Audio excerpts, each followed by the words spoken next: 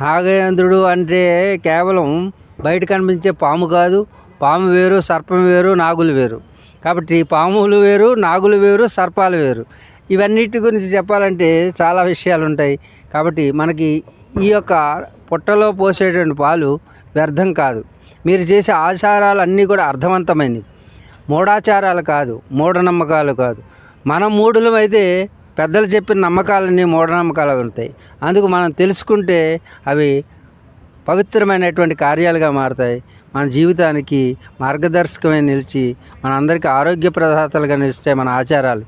కాబట్టి మీరు అందరూ అనుభవించి మీ పిల్లలకి బోధిస్తే నాగుల చవితి కాదు, అన్ని పండగల వెనక దీపావళి, నాగుల చవితి, సంక్రాంతి, ప్రతి ఇవన్నీ కూడా కాల సందుల్లో వస్తుంటాయి.